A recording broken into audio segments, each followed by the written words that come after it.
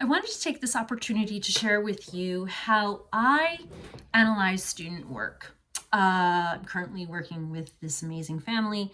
Their daughter in fourth grade is struggling in all core subjects. And at this time, as I always do, I ask parents to share with me student work, any work sent home from schools, so I can analyze it and see what's happening.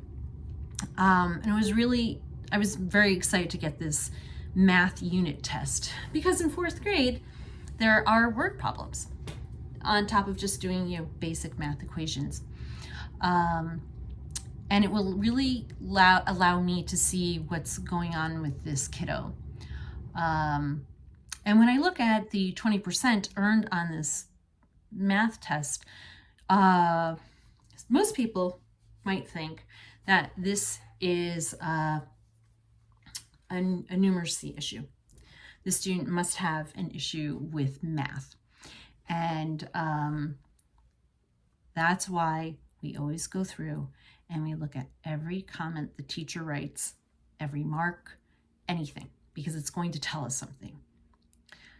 So let's just start off with the hypothesis that 20% on a unit test, there must be a problem with math. Let's just start there, right?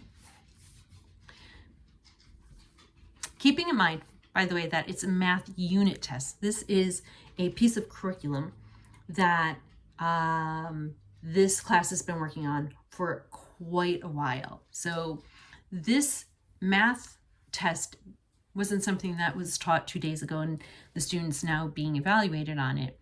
This has been going on, or the students have been engaged with this curriculum for a while, right? So it's a unit.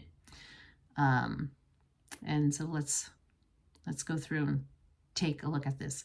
I will include snippets of what I discuss throughout the video. So the very first thing I notice is this test was taken in the resource room. Ms. Adult's name read this test to student's name. Okay. So we have a student who took a math unit test in the resource room and it had to be read to her. So there must have been already some kind of concern about her fluency impacting her ability to read this math test. But as I go on and I look at question number 2, use the distributive property to find other factors that can be used to solve one of your facts in question number 1, the teacher writes, "What happened here?" So for the student who's having this read, did she not understand the question? Did she not know the vocabulary? Right, it's math vocabulary. Math has a very unique vocabulary unto itself. What did happen there? She had to go back to question number 1 and look at what she wrote there to apply to question number 2. All right, now keep in mind that this was read to her. So it wasn't fluency. She wasn't reading poorly, and that interfered with her ability to understand what was being asked. It was read to her. So I'm starting to see we have a little bit of a comprehension problem here. Okay.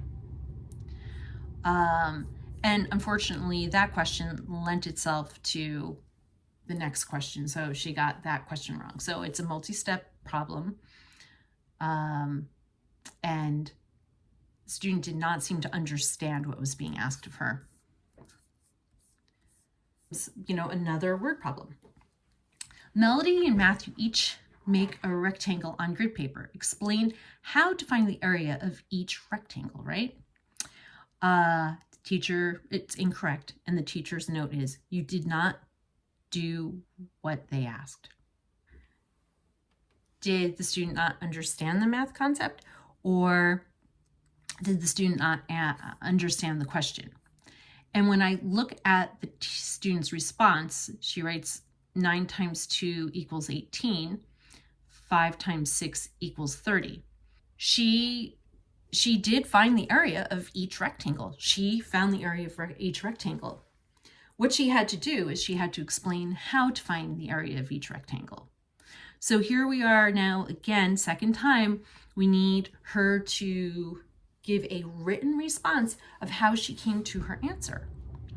And she didn't do that. So, okay, now I'm thinking, does she understand what's being asked of her?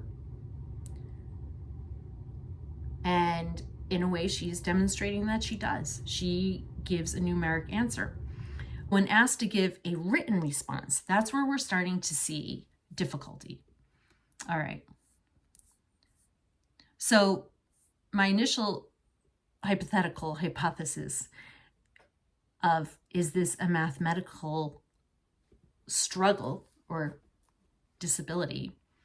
I'm starting to shift that. I'm starting to think this is a reading comprehension issue.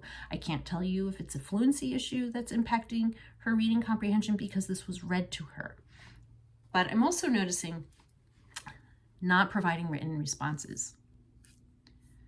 And then we see it again. Explain how to find the area of the room below.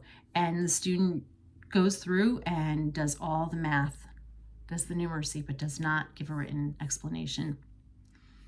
And then here comes a very multi-step. Isabella wants to know the area of the lighter part of this design. Explain how you can break this problem into simpler problems. And the student writes a numerical response, but does not give a written response. It then impacts the second part of the question.